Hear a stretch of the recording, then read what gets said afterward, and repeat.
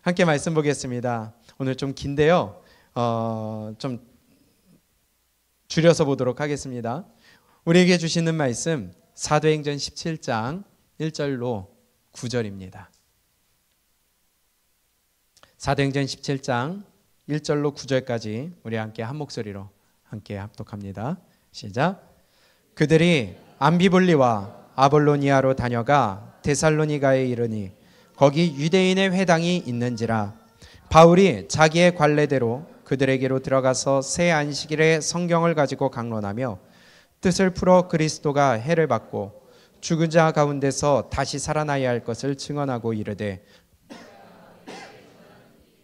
곧 그리스도라 하니 그 중에 어떤 사람 곧 경건한 헬라인의 큰 무리와 적지 않은 귀부인도 권함을 받고 바울과 실라를 따르나 그러나 유대인들은 시기하여 저자의 어떤 불량한 사람들을 데리고 때를 지어 성을 소동하게 하여 야손의 집에 침입하여 그들을 백성에게 끌어내려고 찾았으나 발견하지 못하며 야손과 및 형제들을 끌고 읍장들 앞에 가서 소리질러 이르되 천하를 어지럽게 하던 이 사람이 여기도 이르매 야손이 그들을 맞아 들였도다.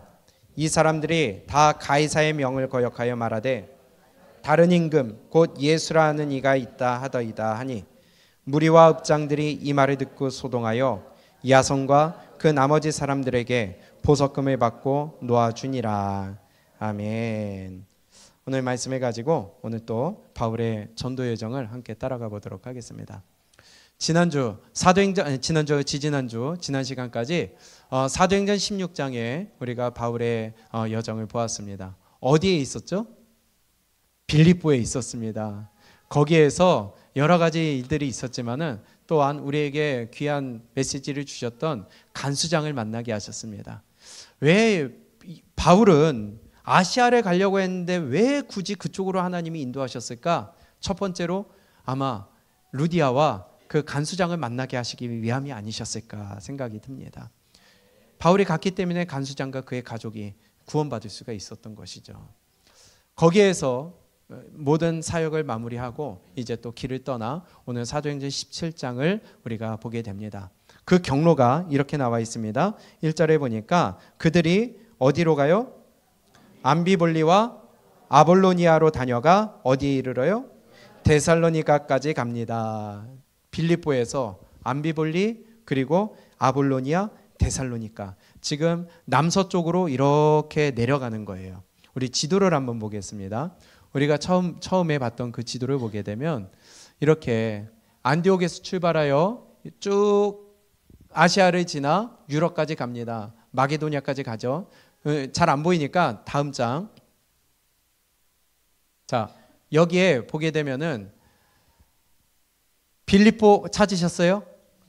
예, 우리가 지난 시간에 봤던 자리고요. 빌립보에서 암비볼리 찾으셨습니까? 예, 눌러보세요. 암비볼리. 그 다음에 어디로 가요? 아볼로니아. 암비볼리에서 아볼로니아까지는 약 한 48km 정도 떨어져 있다고 합니다. 그리고 그 다음에 어디로 가요? 데살로니가. 빌립보에서 암비볼리까지 48km, 암비볼리에서 아볼로니아까지 약 40km, 빌립보에서 데살로니가까지 160km 정도 되는 거리를 이동을 한 거예요. 그리고 저기서 모든 오늘 사건이 끝나고 화살표 타러 쭉 내려가면 저 밑에 아덴이라는 곳이 있어서 다음 주에는 우리가 아덴을 우리가 한번 살펴보도록 하겠습니다. 아덴은 아테네를 얘기하는 거예요. 아테네 들어보셨죠? 예, 올림픽. 예, 거기에 됐습니다. 다음 주에는 그곳을 보도록 하고요. 오늘은 바로 이 데살로니가에서 무슨 일이 있었는지 한번 보도록 하겠습니다. 그리고 그 밑에 안 봤네요. 네, 넘어가겠습니다. 그리고 또 데살로니가에서 베레아까지 이동하는 거기 무슨 일이 있었는지 보도록 하겠습니다. 왜 빌립보에서 데살로니가까지 갔을까요? 데살로니가는요 대도시예요. 수도나 마찬가지였어요.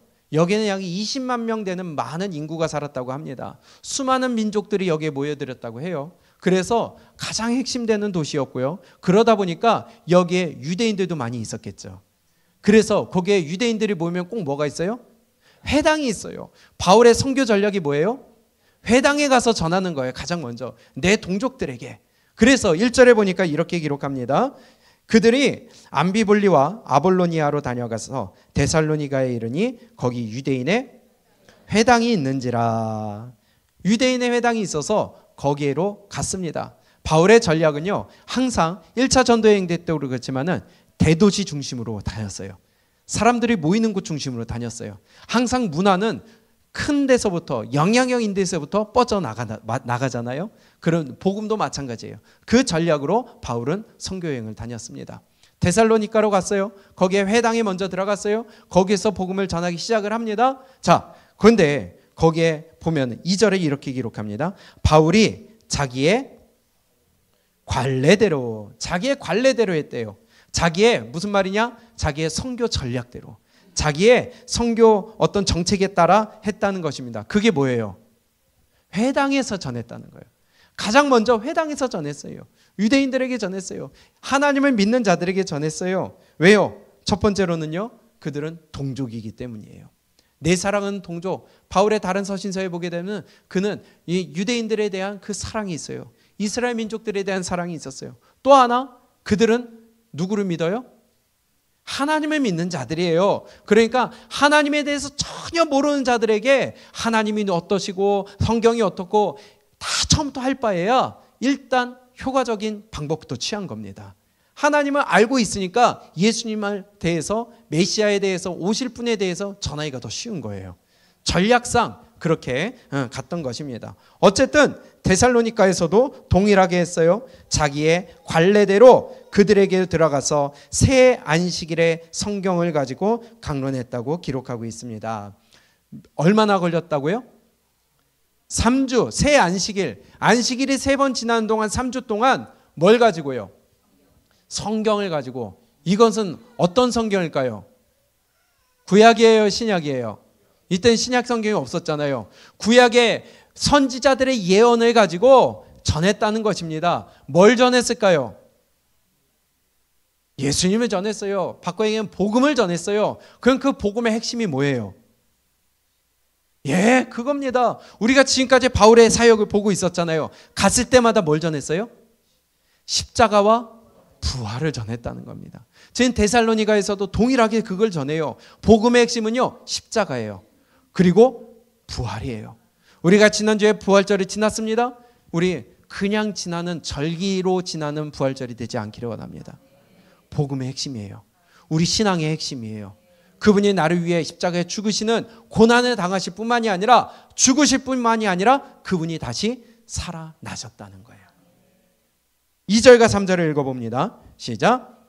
바울이 자기의 관례대로 그들에게로 들어가서 새 안식일에 성경을 가지고 강론하며 뜻을 풀어 그리스도가 해를 받고 죽은 자 가운데서 다시 살아나야 할 것을, 이게 뭐예요? 십자가죠. 그렇죠? 그리고 이르되 내가 너희에게 전하는 살아나야 할 것을 증언하고, 그럼 이것은 부활이죠.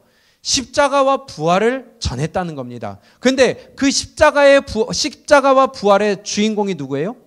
예수 그리스도라는 거예요. 3절 시작. 뜻을 풀어 그리스도가 해를 받고 죽은 자 가운데서 다시 살아나야 할 것을 증언하고 이르되 내가 너희에게 전하는 이 예수가 곧 그리스도라 하니. 아멘. 이게 복음의 핵심이라는 것입니다. 우리 전도할 때요, 어떤 다른 사족 필요 없어요. 예수님이 나를 위해 죽으셨다는 거예요. 그리고 그분이 부활하셨다는 거예요. 이것을 믿는 자에게 영생을 선물로 주신다는 거예요. 이게 복음입니다. 그런데 내가 스스로 자신이 없어요. 예수님이 우리를 위해 십자가에 죽으셨습니다. 그분이 부활하셨습니다. 내가 자신이 없어. 그러면 듣는 사람도 에이, 뻥이네. 듣는 사람 자가 먼저 자신이 없는데 어찌 받는 자가 그걸 믿겠어요. 우리 자신 있게 전할 수 있기를 원합니다. 믿음은 보일 수밖에 없습니다. 예수님의 부활을 믿으세요? 예수님의 부활을 믿으십니까? 우리가 지난주에 부활절을 지났지만 단지 이것이 절기상 맞는 1년에 한 번 있는 부활절이 되지 않기를 원합니다. 우리 매일매일이 부활절, 부활의 신앙으로 살아셨으면 좋겠어요. 부활을 믿는 것과 부활의 믿음으로 살아가는 게 달라요. 아니요. 이건 같아야 된다는 말을 하는 거예요. 부활을 믿는 것이나 부활의 신앙으로 살아가는 것이나 똑같은 게 돼야 돼요. 그런데 부활을 믿는데요. 그런데 그 부활을 믿는 부활의 신앙으로 살아가는 것은 또 다르게 나타난다는 것이 제가 지금 찍고자 하는 말입니다. 이게 같은 게 돼야 정상이라는 거예요. 그런데요, 부활을 믿는다면서 부활의 신앙으로 살아가는 것은 별개로 살아가는 사람들이 있더라는 것이죠. 부활을 믿으면서 어떻게 이 땅의 것만을 위하여 살아갑니까? 안 그래요? 이건 신앙이 아니에요. 부활도 아니에요. 부활을 믿는 것도 아니에요. 히브리서를 보니까 내 자녀가 죽었어요. 내 자녀가 고난을 당하고 죽었어요. 믿음 때문에 죽었어요. 그런데 그들은 다시 살리실 것을 소망했다고 그랬어요. 더 좋은 부활을 기다렸다고 그랬어요. 그런데 맨날 부활을 믿는다면서 이 땅의 것만을 위해 살아가요. 내 육신만을 위하여 살아가요. 그건 부활신앙이 아니라는 거예요. 입술로는 부활을 믿는다고 할지는 몰라도요. 예배는 드릴지 몰라도요. 부활절을 지킬지는 몰라도요. 아니요. 그거 부활신앙 아니에요. 부활 믿는 거 아니라는 거예요. 부활을 믿는다면서 어떻게 진실하지 못하고 밥 먹듯이 거짓말을 내뱉습니까? 그거 거짓입니다. 부활신앙 아닙니다. 부활신앙으로 산다고 하면서 어떻게 하나가 되지를 못해요. 그거 부활신앙 아니라는 겁니다. 나를 쳐서 복종시키질 않아요. 내가 희생하질 않아요. 그거 부활신앙 아니라는 거예요. 부활신앙은 부활을 믿는다는 것과 부활신앙을 산다는 것은 같은 말이에요. 그런데 부활을 믿는다고 하면서 내가 부활신앙으로 살아가는 게 달라요? 아니요. 삶 가운데 일치가 되질 않아요? 아니라는 거예요. 부활절을 지났습니다. 또 우리가 그 전에는 고난주간을 지나고 예수님의 모습을 보니까 그 전에 제자들과 함께 만찬을 나누셨어요. 우리는 그것 때문에 성찬식을 합니다. 오늘 또 우리가 성찬식을 거행을 합니다. 여기에 귀한 하나님의 메시지가 있어요. 그게 바로 부활신앙이라는 거예요. 예수님의 부활을 기념한다고 하는데 혹시 단지 절기로서만 부활절을 지키고 지나가고 있지 않는가 한번 우리를 점검해 봤으면 좋겠습니다. 만약에요, 제자들이 정말로 제자들이 진심으로 부활을 믿었다면 그들은 어떤 행동이 나와야 될까요? 만약에요, 내일 소풍을 간다고 쳐요. 우리 내일 다 같이 놀러 간다고 쳐요. 그러면은 그 내일 놀러 간다는 말을 진짜 믿는다면 어떤 행동이 나와요? 그렇죠? 준비하지 않겠어요?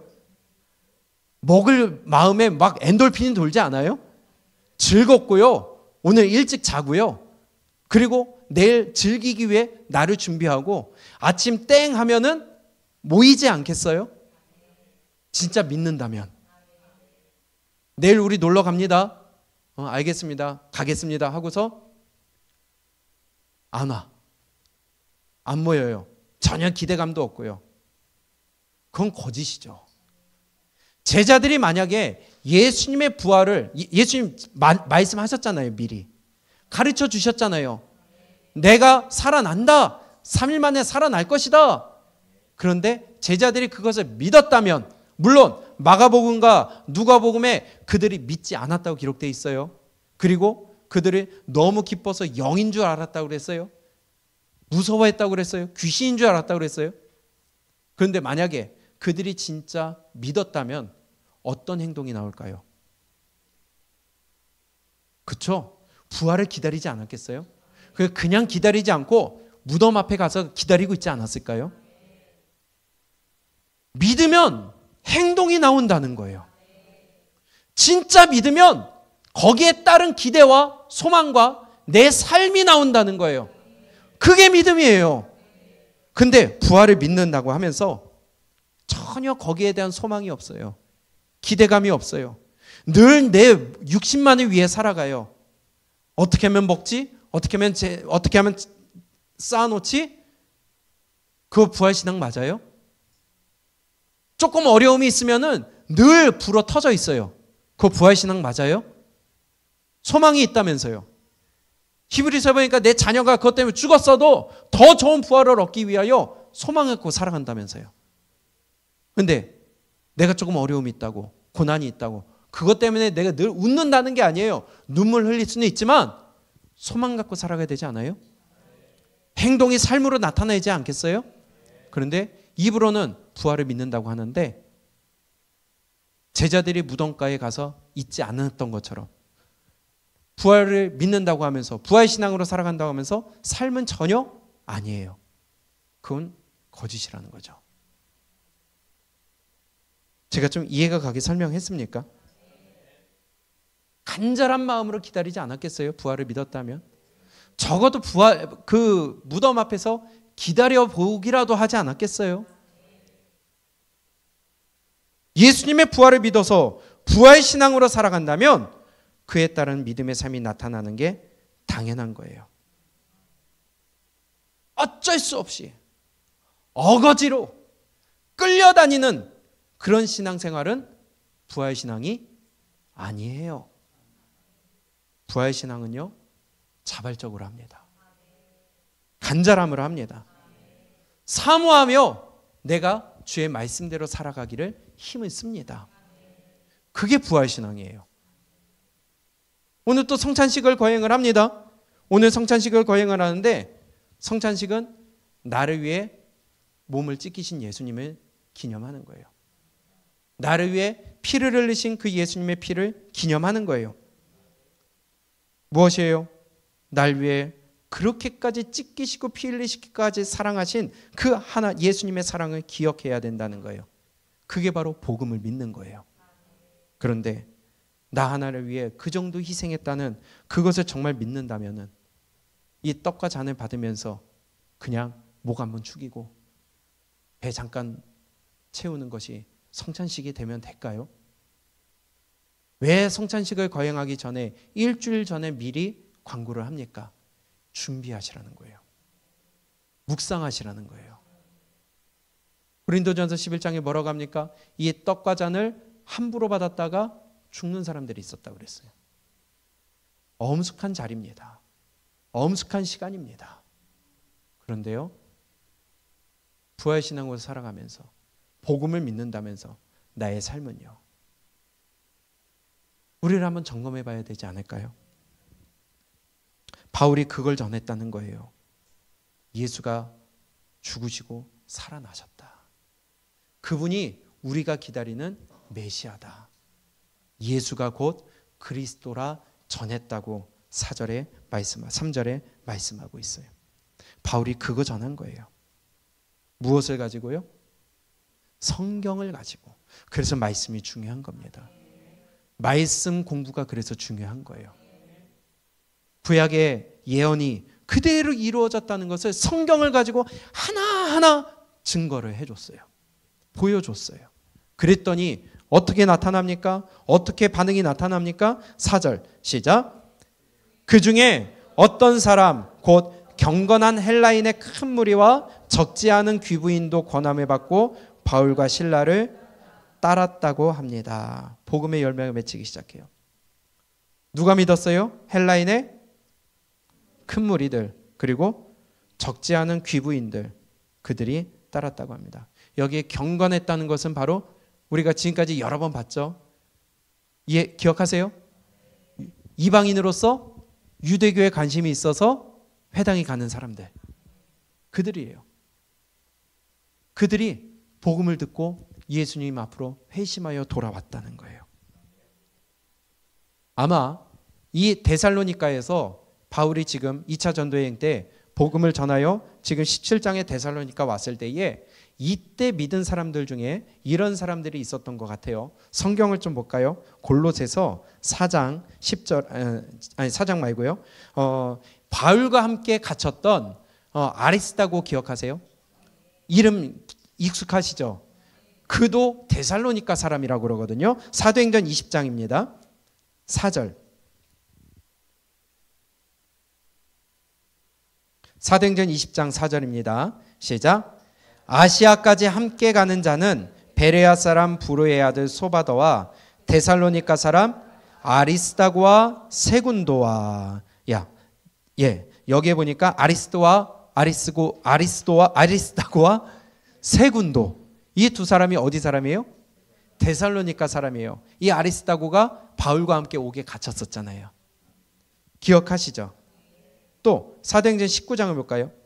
29장. 지금 여기 사도행전 20장 4절에 그 뒤에 더베사랑 가이오가 나오는데 또 다른 가이오가 나와요. 이 가이오도 데살로니가 사람인 것 같아요. 19장 29절 시작. 온 시내가 요란하여 바울과 같이 다니는 마게도냐 사람 가이오와 아리스다고를 붙들어 일제히 연극장으로 달려 들어가는지라. 여기 아리스다고가 앞에서 지금 봤던 것은 데살로니가 사람이었죠. 근데 그래 마게도냐 사람이라고 그랬거든요. 지금 우리가 마게도냐를 보고 있잖아요. 근데 마게도냐 사람 가이오라고 하니까 이자도 데살로니가 사람. 그 바울이 복음을 전했을 때에 함께 회심하여 복음을 믿고 하나님의 사람이 되는 그 사람인 것 같아요.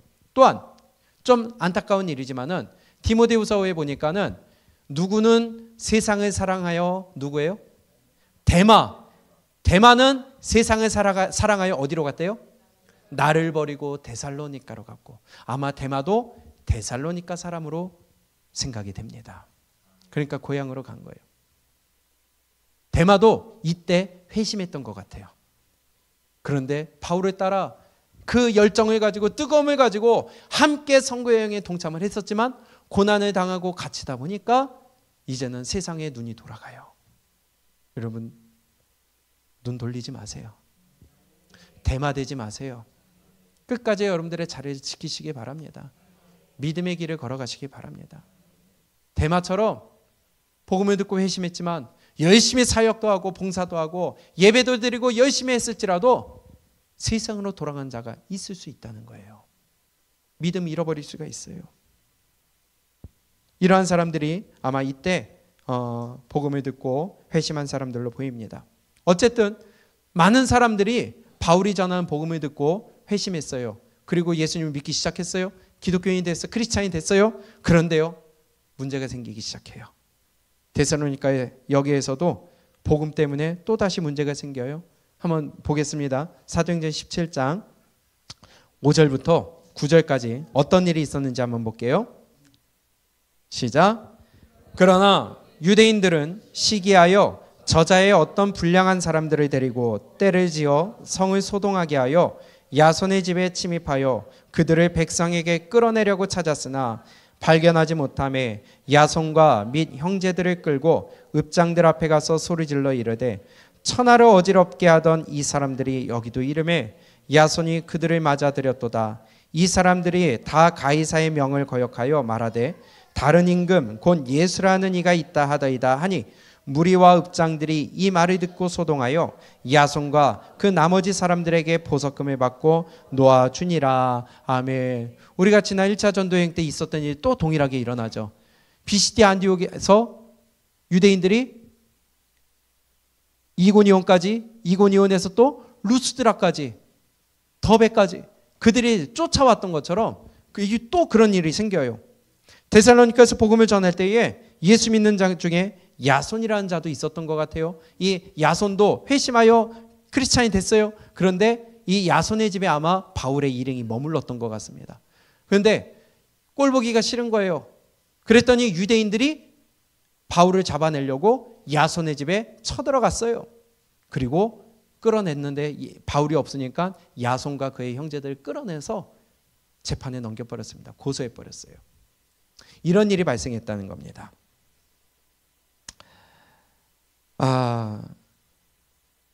죄명이 뭐예요?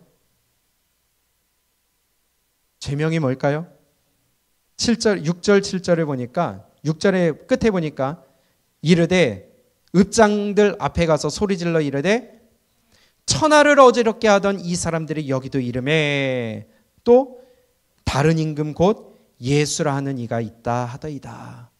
천하를 어지럽혔대요. 우리 동네를 어지럽혔대요. 그러면서 이제 예수라는 왕을 우리에게 소개한다.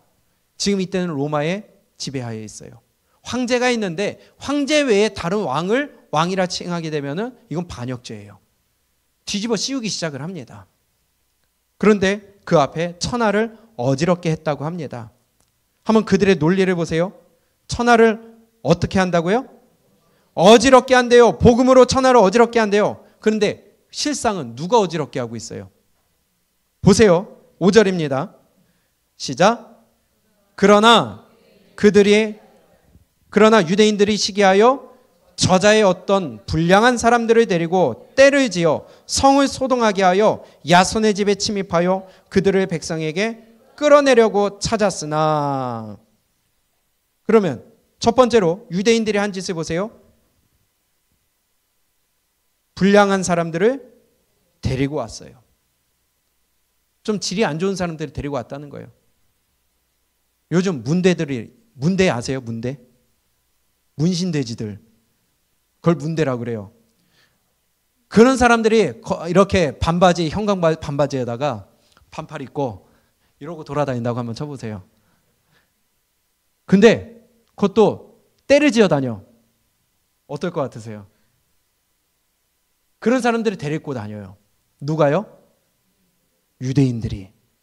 또 때를 지어 다니고 거기에 멈추지 않고 성을 소동하게 했어요. 바울이 소동하게 했어요? 바울이 시끄럽게 했어요? 지들이 지금 불량한 사람들을 데리고 와서 소동을 일으켜요. 그리고 무슨 짓을 합니까? 야손의 집을 가택 침입을 합니다. 뿐만이 아니고 끌어내요. 지금 누가 소동을 일으킨 거예요? 유대인들이 소동을 일으켰어요. 그런데 고소하기로는 얘네가 지금 우리의 성을 소동에 일으켰다. 소란을 일으켰다. 말도 안 되는 짓을 합니다. 말도 안 되는 짓을 합니다. 팩트가 뭐예요? 바울이 소동을 일으킨 게 아니라 유대인들이 소동을 일으켰어요. 이게 믿음이에요? 이게 믿음일까요? 근데 뭐 때문에 이런 소동을 일으켰을까요? 5절에 보니까 그러나 유대인들은 시기하여, 단지 하나, 시기심 때문에 이방인들이, 유대교에 관심 있는 이방인들이 복음을 듣고 예수님을 믿었다는 그 시기심 하나 때문에, 믿음을 갖는다는 시기심 하나 때문에 이러한 놀라운 일들을, 소동을 일으켰습니다. 하나님을 믿는다고 하는 유대인들이 단지 시기심 하나로 불량한 사람들을 동원하여서 때를 지어 소동을 일으키고 가택 침입까지 하여 끌어내고 재판에 넘겨버리는 이 일을 유대인들이 주동했다는 거예요. 이게 믿음일까요? 안타깝게도요, 지금도 교회 안에서 동일한 일이 일어난다는 거예요. 지금도 교회 안에서 단지 자기의 시기심과 유익과 자기의 감정 때문에 온 교회를 쑥대밭으로 만들고 소동하게 만드는 인간들이 있더라는 것입니다. 다른 사람들은 다 은혜 받는데 나는 설교 들으면 기분이 나빠요. 자기 시기심이 나는 거예요. 내 감정이 안 좋아요. 그러다 보니까 다른 사람이 은혜 받아서 기뻐하고 간증 나누면은 왜 그렇게 꼴도 보기가 싫은지 화도 나고요, 분도 나고요, 그 소리 듣기가 싫고요, 같이 있기 싫고요. 그러더니 아무 상관없는 주변 사람들을 죽입니다. 상처 있게 만듭니다. 아프게 만듭니다. 온 교회를 뒤집어 놓습니다. 이런 얘기 많이 들어보지 않으셨어요? 겪어보신 분들도 있지 않으세요? 지금도 그런 일이 일어난다는 거예요. 단지 뭐 때문에요? 시기심 때문에 지 감정 안 좋다는 거예요. 자기가 은혜 받지 못해 놓고서는 은혜 받는 사람들을 죽여요. 가인이 아벨을 죽였습니다. 하나님이 가인에게 물어봅니다. 네 동생 어디 있느냐? 그때 가인이 뭐라고 그래요? 내가 내 동생을 지키는 자입니까? 지가 죽여놓고서는 하나님한테 따지고 앉아 있어요. 왜요? 그 전에 무슨 일이 있었어요? 그의 제사가 연락되지 않았거든요. 지 예배가 연락되지 않았거든요. 지가 은혜 받지 못했거든요. 예배 통해서. 그래 놓고서는 남을 죽여놓고 하나님 앞에 따지는 거예요. 은혜 못 받는다는 거예요. 이스라엘 백성들이 광야 생활하는 것처럼 야, 우리가 모세와 있으면 안 되겠다. 우리 다시 애굽으로 돌아가자. 하나님이 말씀하신 젖과 꿀이 흐르는 땅은 가나안인데 그들이 말하는 젖과 꿀이 흐르는 땅은 애굽이래요. 종살이 했던 데래요. 이런 짓을 하고 있는 일이 지금도 일어난다는 거예요. 제사가 연락되지 않으니까 다른 사람들을 죽여요. 내가 예배 은혜 받지 못하니까 옆에서 쟤를 죽입니다. 그래서 예배가 중요해요. 예배 은혜 받기 위해서 오늘 얼마나 사모하셨습니까? 얼마나 기도하셨습니까? 예배를 얼마나 여러분들 기다리시고 기도로 준비하셨어요. 지난 한 주 동안에 오늘 예배 은혜 받기 위해 얼마나 힘쓰셨냐 이거예요. 만약에 예배에 성공하지 못하면, 예배 오늘 내가 은혜 받지 못하면 다른 사람 죽이는 일이 일어난다고요. 아내를 죽이든 남편을 죽이든 가족을 죽이든 내 만나는 사람들을 죽이든 영혼을 무너뜨리는 일이 생겨요. 마음의 상처를 입혀요. 그래서 예배를 위해서 한 주 동안 기도해야 된다는 거예요. 은혜 받지 못하니까 실컷 예배 드리고 집에 가면서 싸워요. 그래서 남편 영혼을 죽입니다. 아내 영혼을 죽입니다. 마음을 상하게 합니다. 은혜는커녕 마귀에게 다 빼앗겨요. 마귀 새끼가 되는 거예요. 마귀는요, 말씀이 뿌려지면 언제 뺏어간다고요? 즉시 뺏어간대요. 오늘 이 시간 바로 뺏어간대요. 지금 우리가 말씀드린 지 한 30여 분 지났는데요. 즉시 뺏어간대요. 얼마나 뺏기셨어요? 아니면 지키셨어요? 싸우고 계십니까? 근데 왜 뺏어간대요? 믿어 구원 얻지 못하게 하려고. 믿어 구원 얻지 못하게 하려고. 그러니 예배에 은혜 받지 못하면 가면서 마귀 새끼 된다니까요. 다른 사람 죽여요. 성도를 죽이고 가족을 죽여요. 그래서 예배를 위해 우리가 준비하고 기도하고 사모해야 된다는 거예요. 나만 죽습니까? 5절 말씀처럼 불량한 사람들을 데리고 떼를 지어 성을 소동하게 하여. 혼자 안 해요, 꼭 그런 일은. 같이 은혜 받지 못한 자들을 떼를 지어 온 교회를 들쑤셔놔요. 야, 오늘 설교 들었냐? 저 나들으라고 한 소리지? 네가 생각해도 그렇지? 아유, 네가 생각해도 맞지? 아유, 어떻게 저런 설교를 해? 그러면서 자기 편 만들어요. 같이 떼지어 다니는 거예요. 그러면서 온 동네를 소동하게 만들어요. 그 와중에 은혜 받은 것을 나누잖아요.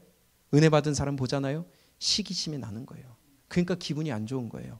그 얘기 듣기가 싫은 거예요. 그러니 그 사람도 공격하는 거예요. 이게 바로 지금 똑같이 일어나고 있어요.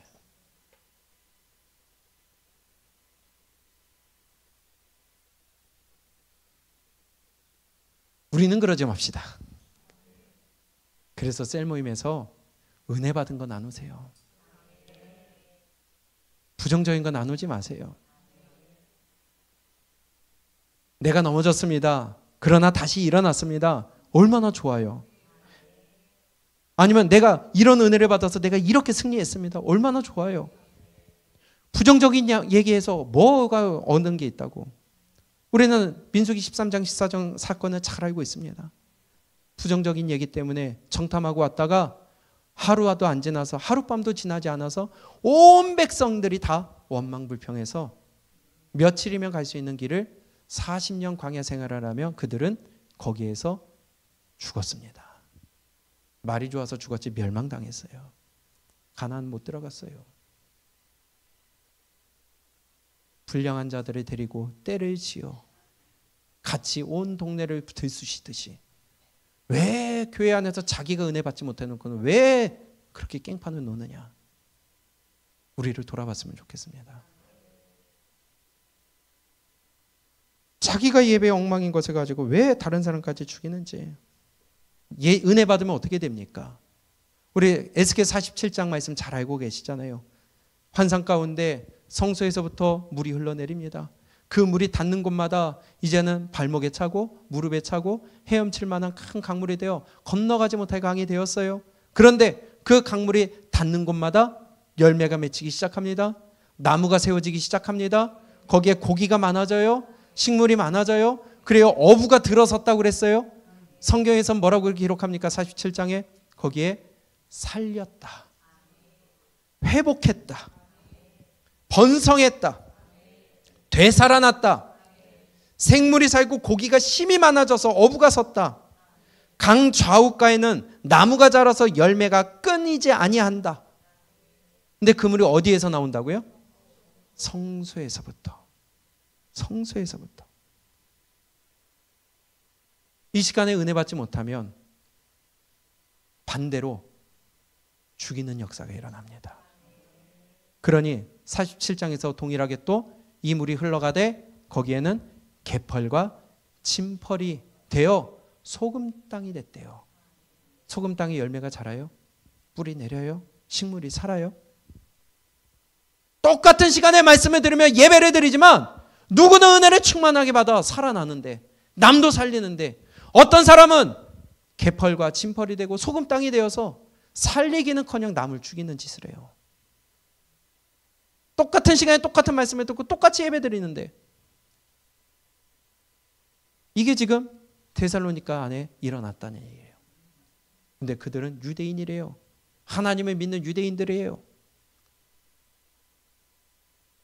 아니죠. 예수님을 믿든 안 믿든 적어도 하나님을 믿는 사람은 그런 행동하면 안 되죠. 근데 그들은 그러지 않았어요. 데살로니가의 유대인들을 보면 시기심 때문에, 어두워진 마음 때문에 얼마나 잔인해지고 위험해지는지를 우리가 똑똑히 보고 있습니다. 들으려 하지 않고, 자기의 들보를 먼저 보려고 하지 않고, 원인을 나에게서 찾는 것이 아니라 남에게 돌려서 그를 짓밟고, 이게 유대인들의 모습이었어요. 지금 나의 모습은 어떨까요? 나의 모습은 어떨까요? 우리 이런 모습 가지지 않기를 원합니다.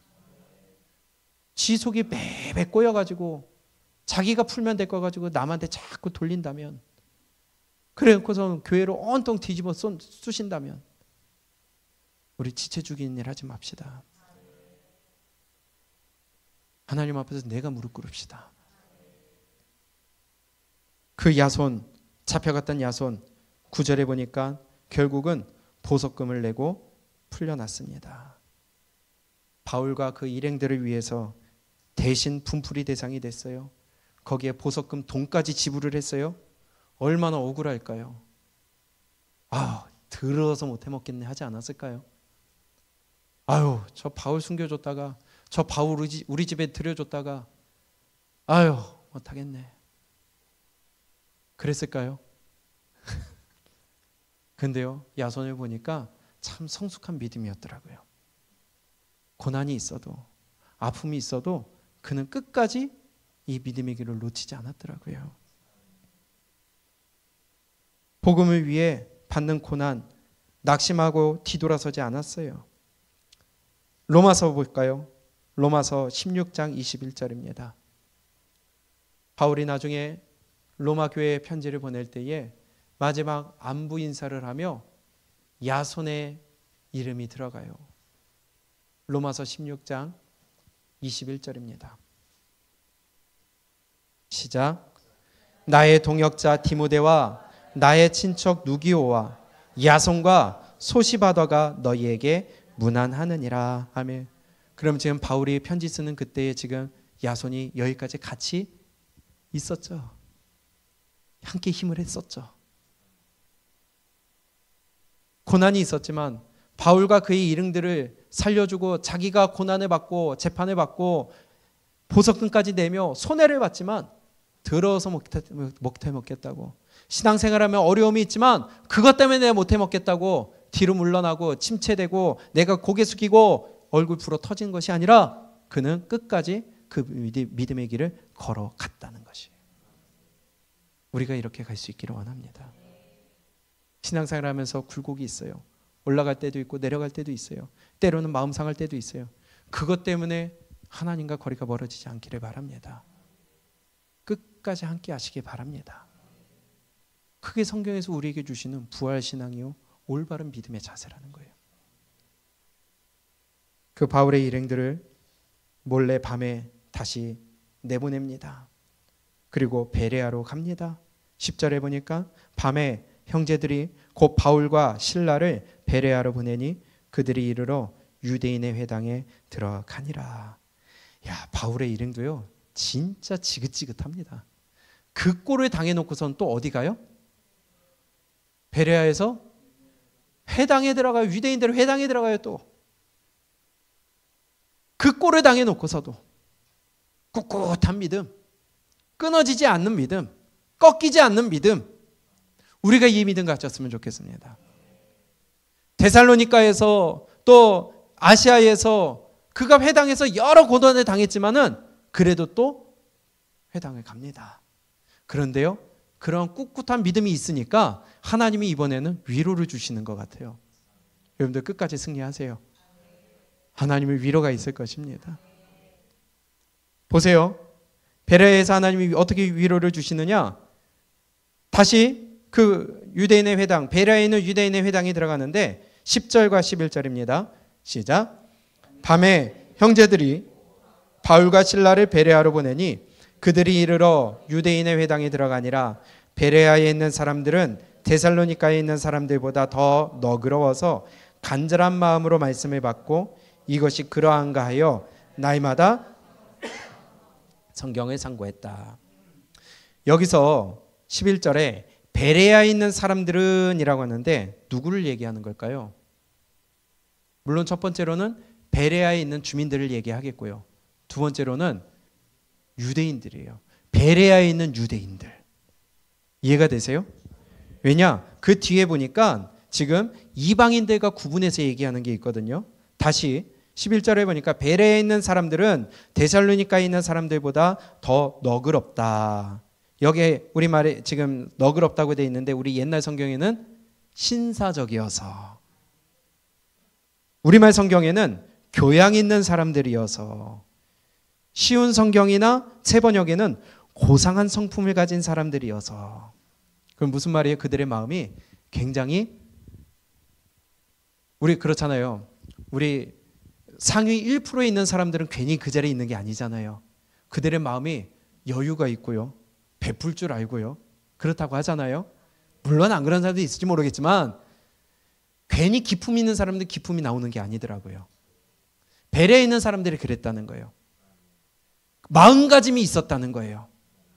기본이 돼 있었다는 거예요. 마음이 열려 있었다는 거예요. 아멘. 그래서 그 마음이, 성품이 부드러운 사람으로, 너그러운 사람으로, 아주 기품 있는 사람으로 준비되어 있었어요.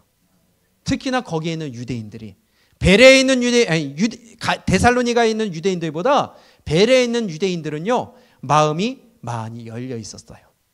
그래서 그들을 이렇게 얘기합니다. 더 너그러워서 간절한 마음으로 말씀을 받고 이것이 그러한가 하여 날마다 성경을 상고했다. 그들의 말씀 듣는 자세는요 너그러운 자세였는데 바로 첫 번째로 간절한 마음으로 말씀을 받아요.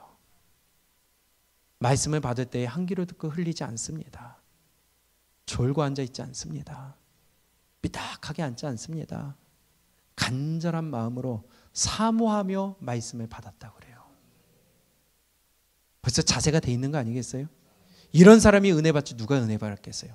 두 번째로 그 말씀이 그러한가 날마다 상고했대요. 성경을 날마다 성경을 보고 그것이 내가 오늘 들은 말씀이 진짜 성경이 맞나 안 맞나 점검해놨다는 거예요.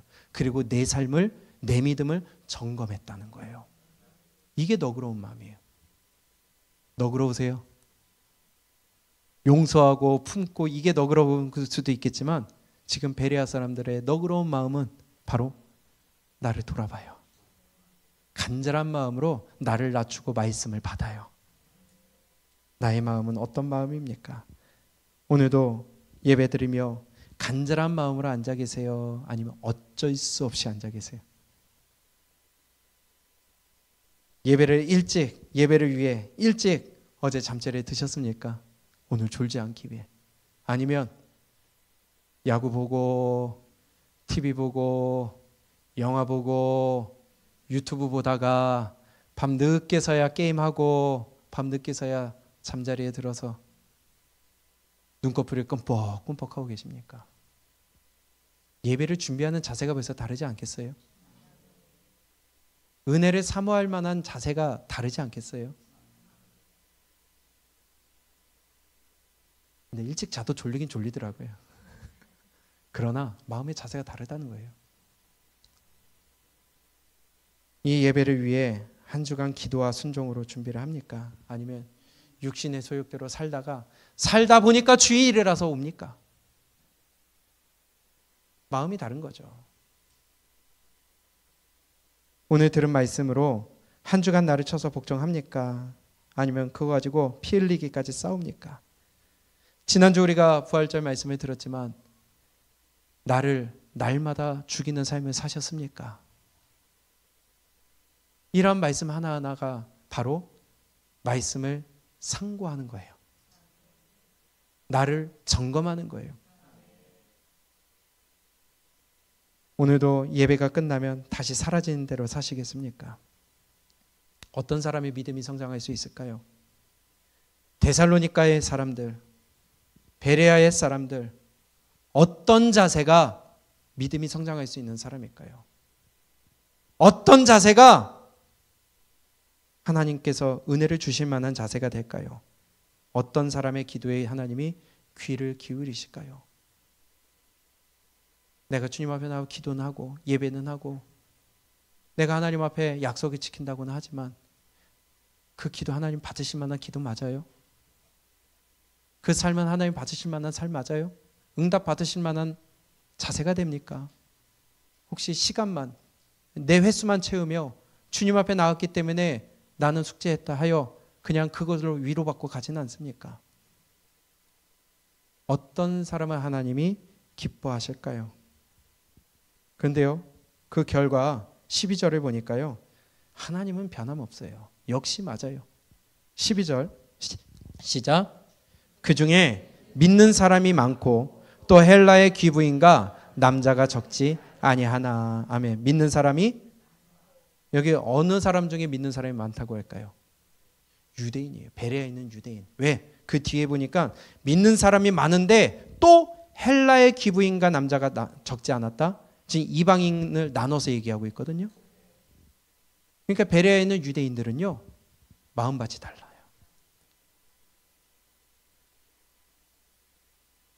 은혜 받을 수밖에 없죠. 마음이 이렇게 간절히 말씀을 사모하는데요. 그래서 교회 다니는 자 되지 마세요. 예수님을 믿는 자가 되세요. 교회에 출석하는 교인 되지 마세요. 예수님을 믿는 성도가 되세요. 그런데요, 여기에 또다시 데살로니가 유대인들이 또 넘어옵니다. 굳이 여기까지 또 넘어와서 깽판을 쳐요. 13절입니다. 시작. 데살로니가에 있는 유대인들은 바울이 하나님의 말씀을 베레아에서도 전하는 줄을 알고 거기서 가서 유대 무리를 움직여 소동하게 하거늘. 쓸데없는 열심을 냅니다. 남을 살리는 데 열심을 낼 게 아니라 남을 죽이는 데 열심을 내요. 남을 사랑하고 세우는 데 열심을 내는 게 아니라 남을 죽이고 마음에 상처를 주고 내 불만과 원망을 토하는 데 힘을 써요. 우리 이러지 않았으면 좋겠습니다. 왜 굳이 남의 동네까지 가서 깽판을 쳐요? 우리 동네 떠났으면 그냥 거기 있으니까 거기서 그냥 있으면 되는데 굳이 남의 집까지 찾아가고요. 굳이 전화까지 해가지고 교회를 들쑤셔 놓고요. 굳이 만나자고 해 그 사람의 마음을 돌이켜 놓고요. 우리 이러지 맙시다. 옳은 신앙을 가집시다. 살리는 말을 합시다. 꼭 은혜 받지 못한 자들이 문제를 일으킨다는 거예요. 순종하지 않는 자들이 쫓아다니면서 방해를 해요. 데살로니가 유대인들이 그랬어요. 근데 보세요. 베레아에 있는 유대인들이 문제를 일으켰다는 거 들어보셨어요? 거기는 그런 일이 없었어요. 마음 자세가 기본이 돼 있어요. 인간적으로 봐도, 믿음이 아니라 인간적으로 봐도 왜 굳이 남의 동네까지 가서 그 문제를 일으킵니까? 소동을 일으킵니까? 결국 데살로니가에서 온 유대인들 때문에, 그 위협 때문에 사역제를 옮깁니다. 그리고 또다시 아덴으로 바울만 혼자 이동을 하는 게 다음 주에 우리 봐야 될 말씀이에요. 그러면 제가 묻습니다. 지금 내 믿음의 주소는 어디에 있습니까? 여러분들의 믿음의 주소는 데살로니가에 두고 있어요? 베레아에 두고 있어요? 여러분들은 지금 어디에 살고 있습니까? 은혜 받지 못하고 늘 시기하고 온통 서른스럽게 하고 불만이 차고 다른 영혼 죽이고 거기에 성에 앉아서 피신한 곳까지 찾아가서 굳이 문제를 만드는 데살로니가의 유대인, 거기에 살고 계세요? 아니면 너그럽고 고상하고 항상 간절한 마음으로 말씀을 받고 그 말씀으로 나를 확인하고 점검해서 하나님께 가까이 나아가는 베레아에 살고 계십니까? 여러분들의 믿음의 주소지는 지금 어디세요? 데살로니가에 가깝습니까? 베레아에 가깝습니까? 우리 점검해 봐야 되지 않을까요? 베레아에 있는 사람들은 데살로니가에 있는 사람들보다 더 너그러워서 왜 굳이 비교까지 했을까요? 데살로니가에. 이러니 데살로니가에서 회심하여 데살로니가의 교회 성도들은 얼마나 힘들게 신앙생활을 했겠어요? 그러지 않았겠어요? 바울도 이렇게 핍박했으면 거기에 세워진 교회 성도들은 얼마나 힘들게 신앙생활하고 있었겠어요? 그래서 성경에 보세요. 데살로니가 전서, 후서, 편지가 있어요. 근데 베레아 전후서 보셨어요? 얼마나 힘들게 신앙생활했으면은 편지까지 보내서 위로하고 격려했겠어요. 거기 문제가 없었던 것 같아요. 베레아에는. 어찌 보면 그들에게 고난이 있었기 때문에 데살로니가 교회가 굳은 믿음으로 설 수 있었던 계기도 되지 않았을까 싶습니다. 그런데요, 그들이 어떤 신앙생활을 했는지 몇 구절만 보고 마치겠습니다. 데살로니가 성도들, 데살로니가 전서 1장입니다. 3절에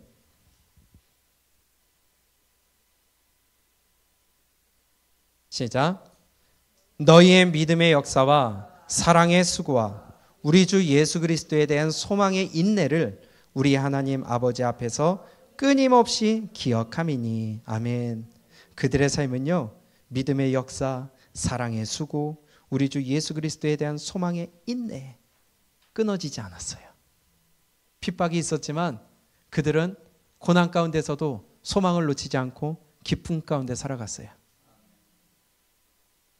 6절입니다. 시작. 또 너희는 많은 환난 가운데서 성령의 기쁨으로 말씀을 받아 우리와 주를 본받은 자가 되었으니. 아멘. 그 심한 핍박 가운데서도 데살로니가 성도들은요, 기쁨으로 말씀을 받았어요. 7절. 그러므로 너희가 마게도냐와 아가야에 있는 모든 믿는 자의 본이 되었느니라. 야, 대단한 믿음 아닙니까? 여러분들 고난 가운데 있어요? 마음의 상함이 있습니까? 그러한 가운데서도 믿음으로 서서 본이 되는 여러분들의 믿음을 보여주셨으면 좋겠습니다. 우리 모두가 그 자리에 있기를 축복합니다. 그래요. 훗날에 주님 앞에 섰을 때에 야, 네가 그때 이러한 본을 세워놔서 이러한 흔적을 남겨놔서 네 뒤에 가는 뒤따르는 양들이 너를 본받았다. 네 말 한마디가 저 사람을 살렸다. 네 행동 하나가 저 사람을 바꿨다. 데살로니가 교회 성도들은 그러한 삶을 살았어요. 2장 14절입니다. 시작.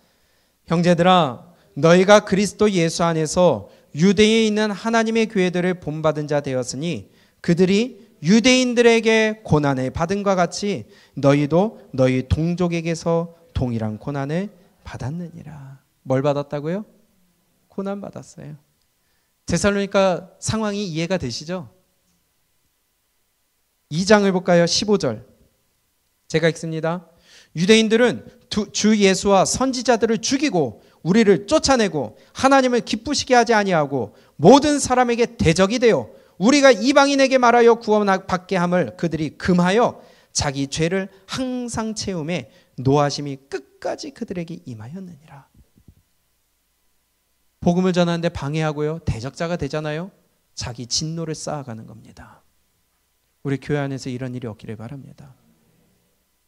유대인들이 데살로니가에서 그들이 자기의 진노를 쌓았어요. 그러함에도 데살로니가 교회는 주님 앞에서 본이 되는 믿음을 가졌다고 합니다. 데살로니가 후서입니다. 1장 4절. 한번 읽어볼까요? 시작. 그러므로 너희가 견디고 있는 모든 박해와 환난 중에서 너희 인내와 믿음으로 말미암아 하나님의 여러 교회에서 우리가 친히 자랑하노라. 이는 하나님의 공의로운 심판의 표요 너희로 하여금 하나님의 나라에 합당한 자로 여김을 받게 하려 함이니 그 나라를 위하여 너희가 또한 고난을 받느니라. 아멘. 어떠세요? 이러한 삶 가운데서도 그들의 신앙생활은 절망하여 침체돼 있고 고개 숙이며 어깨 축 처져서 얼굴 불어 터져가지고 어쩔 수 없이 개목걸이에 끌려다니는 그런 신앙생활이 아니라 마게도냐와 아가야의 본이 되는 믿음이 되었다고 합니다.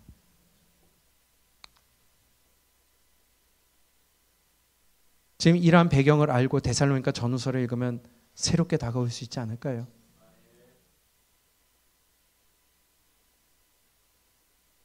지금 극심한 핍박이 있으나 예수님 반드시 재림하신다. 저들이 쌓는 그 저주의 잔 반드시 하나님 앞에서 심판받는 날이 있을 것이다. 그러나 조금만 참아라. 견뎌라.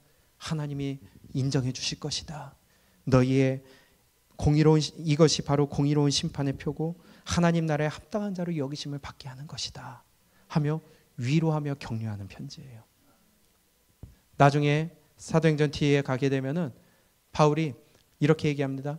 내가 너희에게 여러 번 가려고 했으나 사단이 방해했다. 그게 이거예요. 바울은 데살로니가 가려고 했는데 자꾸 못 가게 막았어요. 그러니 편지를 써서 그들의 소식을 들으니까 그래도 본이 되는 그 신앙생활을 하고 있다는 거예요. 그걸 듣고 감사하다. 너희들 조금만 더 견뎌라. 힘내라 하며 편지 보낸 것이 데살로니가 전후서입니다.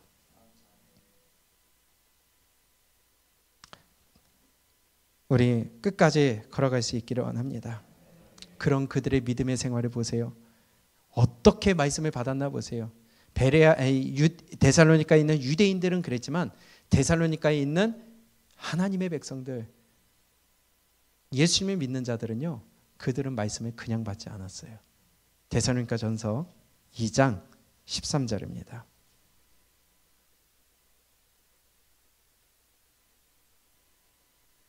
제자, 이러므로 우리가 하나님께 끊임없이 감사함은 너희가 우리에게 들은 바 하나님의 말씀을 받을 때에 사람의 말로 받지 아니하고 하나님의 말씀으로 받음이니 진실로 그러하도다.